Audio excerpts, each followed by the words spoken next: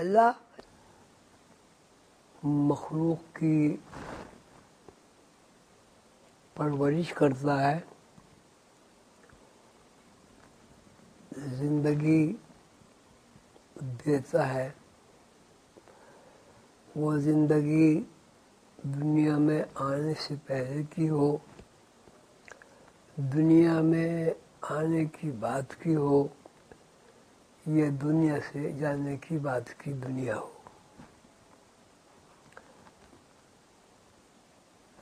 اور شیطان جو اللہ کا باغی ہے، جس نے اللہ کی دی ہوئی بے شمار نعمتوں کی ناشکری کی ہے، جس نے اللہ کی نافرمانی کی ہے اور غرور و تکبر کیا ہے.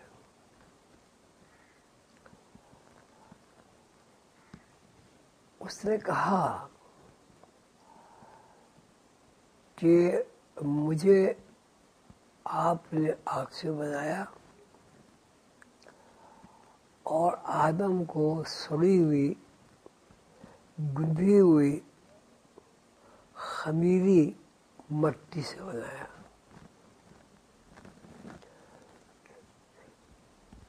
اس نے یہ نہیں سوچا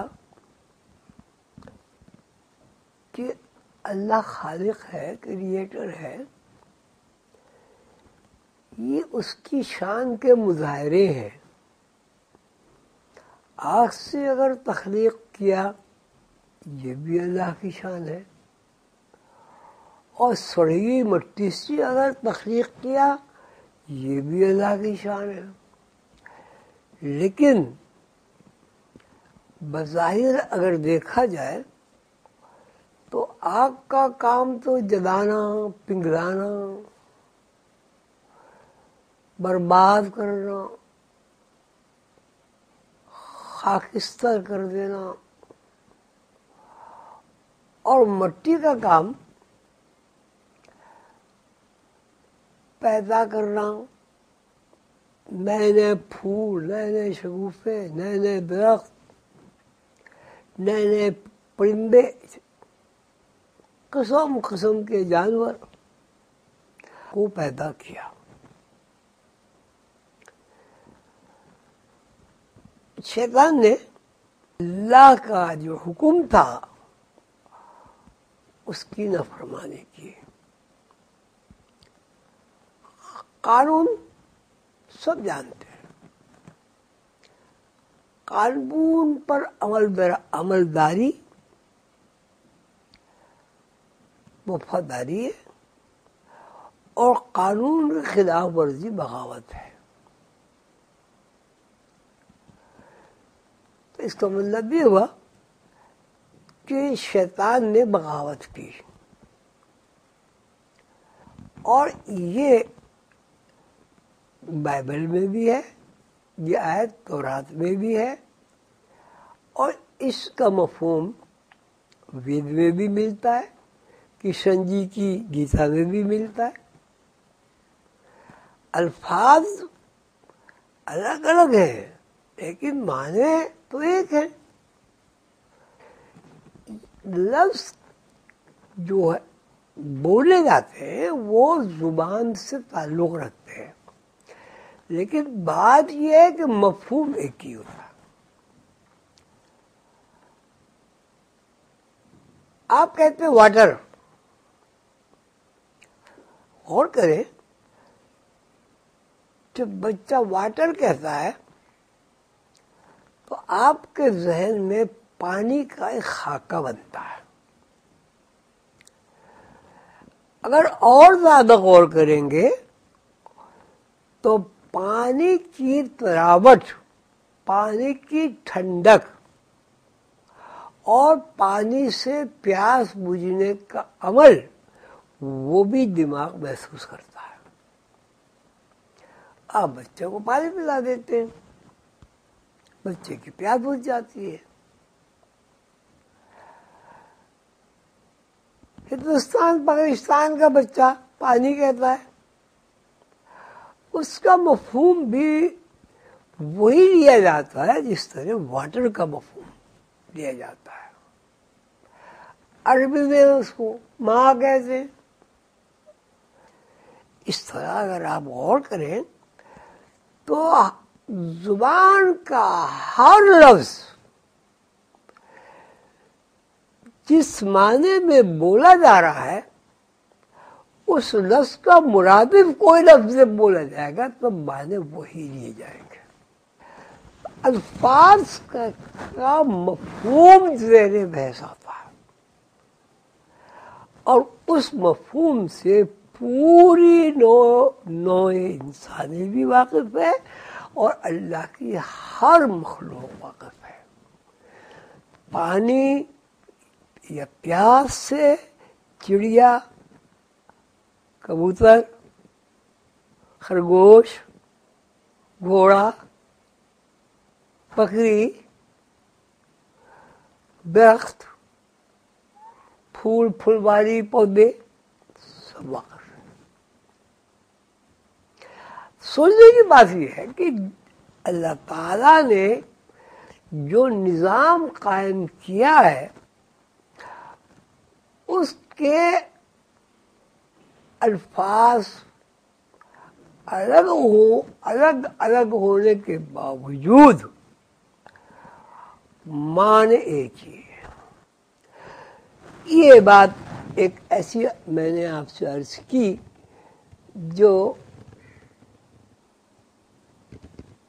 ایسا قانون ہے، ایسی ایکویشن ہے کہ اس کو کسی بھی طرح تبدیل نہیں کیا جا سکتا.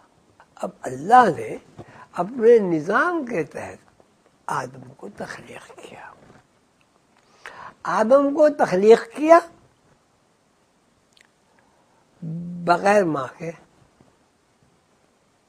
بغیر باپ کے.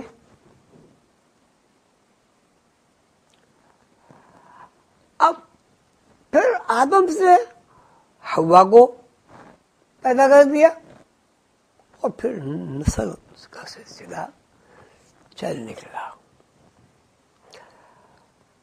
اب نسل کے سلسلے میں یہ بتانا چاہتا ہوں کہ کوئی کالا ہے، کوئی گورا ہے، کوئی سرخ رنگ کا ہے، کوئی زرد رنگ کا ہے. الگ الگ مخلوقات ہمیں زمین پر ملتی ہیں. کوئی ناک کا چپٹا ہے، کسی کی آنکھ چھوٹی ہے، کسی کا قد چھوٹا ہے، کسی کا قد بڑا ہے، کسی کا رنگ گورا ہے، کسی کا رنگ کالا ہے. لیکن بحیثیت مخلوق کے سب ایک ہیں، اور جب سب ایک ہیں تو ایک ہی باپ کی اور ایک ہی ماں کی اولاد ہے. گائے سے گائے ہوتی ہے، بکری سے بکری ہوتی ہے، آم سے آم بنتا ہے، آلو سے آلو پیدا ہوتا ہے. تو اب یہ ایک نظام بنا کہ ایک ایسی ہستی ہے جس ہستی کو کسی نے نہیں بنایا اور اس ہستی نے سب کو بنایا.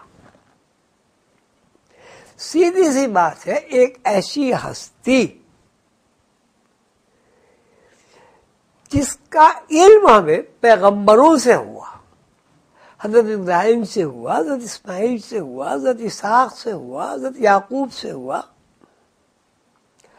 حضرت موسیٰ علیہ السلام سے ہوا، حضرت عیسیٰ علیہ السلام سے ہوا، حضرت محمد صلی اللہ علیہ وسلم سے ہوا.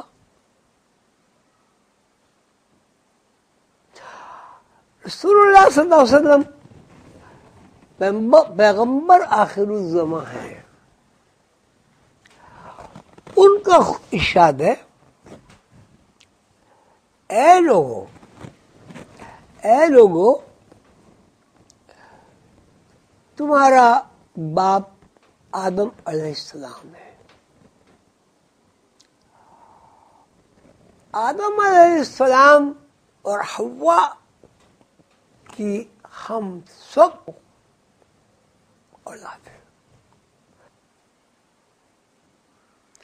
زمین کے کسی بھی خطے پر موجود آدم کی اولاد آدم ہے.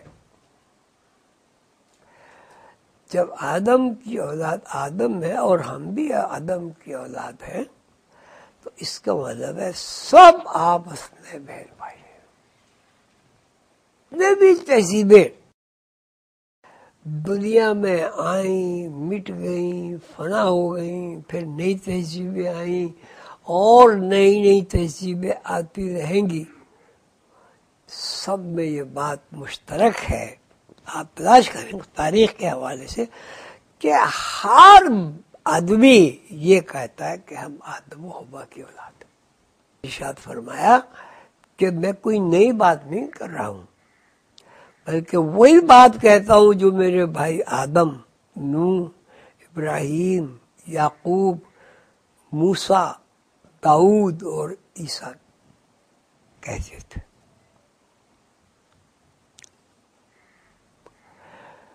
اس وقت زمین کا دامن طرح طرح کے تشدد، ظلم، بربریت، خون ریزی، بد امنی، بے ایمانی، تعصب، قتل و غارت گری ایسا لگتا ہے جس سے عام ہو گئی ہے.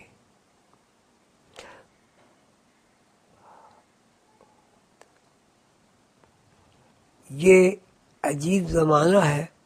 ہر طرف مذہبی، نسلی، لسانی اور علاقائی تعصب کی بتیاں جل رہی ہیں.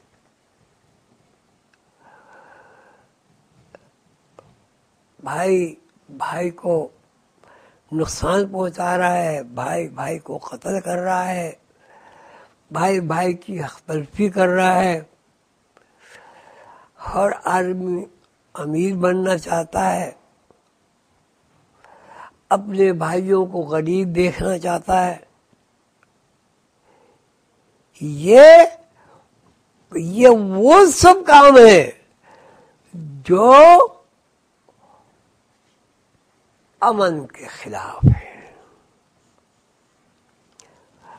آدم اور حوا کے رشتے سے ساری دنیا کے آدم سب بہن بھائی ہیں. سب کے سب پر حقوق ہیں، سب کو سب کے کام آنا چاہیے. اللہ تعالیٰ نے سہولتیں عطا فرمائی ہیں. کسی کو اچھا ذہن دیا ہے، کسی کو کم ذہن دیا ہے، کوئی ہینڈی کیپ ہے، کوئی بہت ذہین ہوشیار ہے. لیکن ذہین ہوشیار ہونے کا مطلب